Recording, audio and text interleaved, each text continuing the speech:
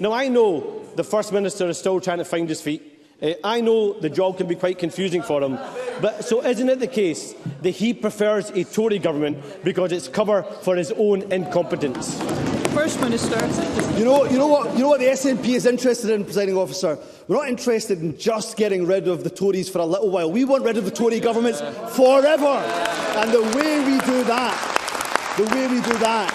is, of course, for voting for independence. We don't want to replace Tory with Tory light, or Tory with a pale imitation of Tories. And we know that Keir Starmer is lurching to the right. They're little more than a Conservative tribute act. Just, of course, last week, Labour are committed to keeping Tories' anti-protest legislation in place.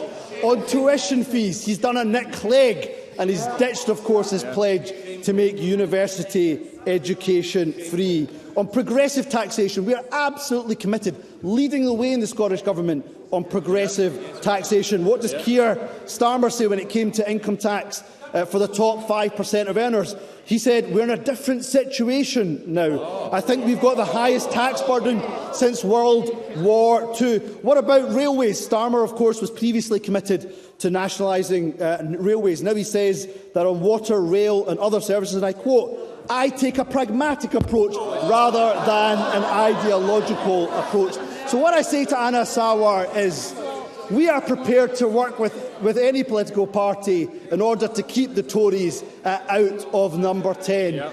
Why is Keir Starmer refusing to work with the Scottish National Party in order to keep the Tories out of number 10? So we are the most progressive party on these islands, but I say to Anas Sarwar, I don't want rid of Tory governments just for 1 year, just for 5 years, for one election cycle. We want rid of Tory governments in Scotland for good. Anas Sarwar. Yet again, Presiding Officer, more interested in attacking Labour than getting rid of a Tory government.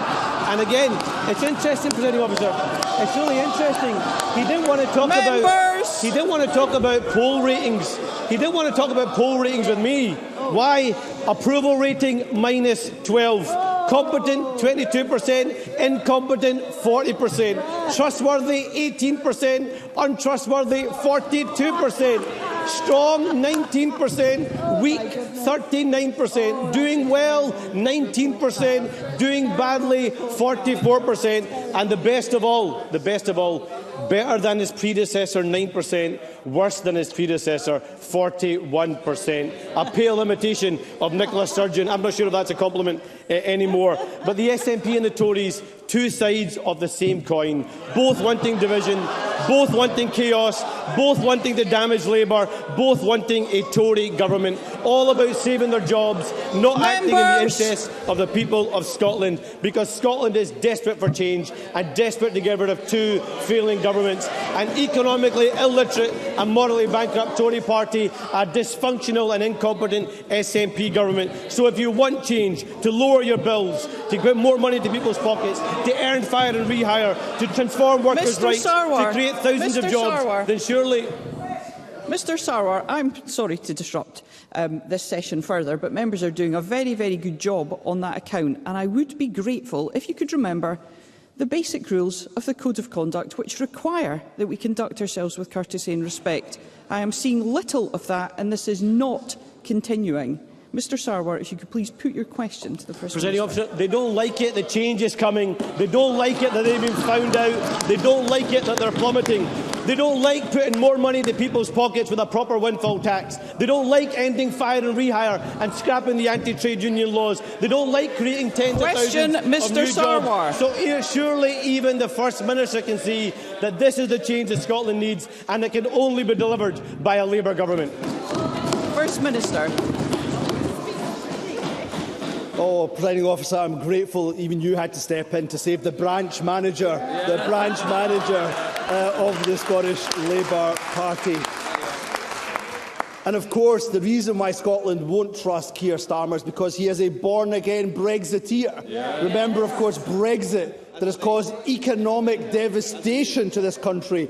And of course, Anas Sarwar said that he wants to see a changing relationship with the European Union. We want to see a relationship with the EU that means that Scotland is back in the European Union, that we rejoin the European Union. And the only way to do that, presiding officer, is of course as an independent nation and an independent country. But here is the real proof about the fact that Keir Starmer's Labour Party has lurched again to the right. The very first major speaking event I went to was at the STUC. Anas Sarwar was there. One person that wasn't invited, of course, was Keir Starmer. And of course, the Dundee TUC brought forward a motion. The Dundee TUC brought forward a motion condemning Keir Starmer's actions and behaviours. So they may well be led by a party that is named after the founder of the Labour Party. But if Keir Hardie could see the state of the Labour Party, then he would be burling in his grave, presiding officer.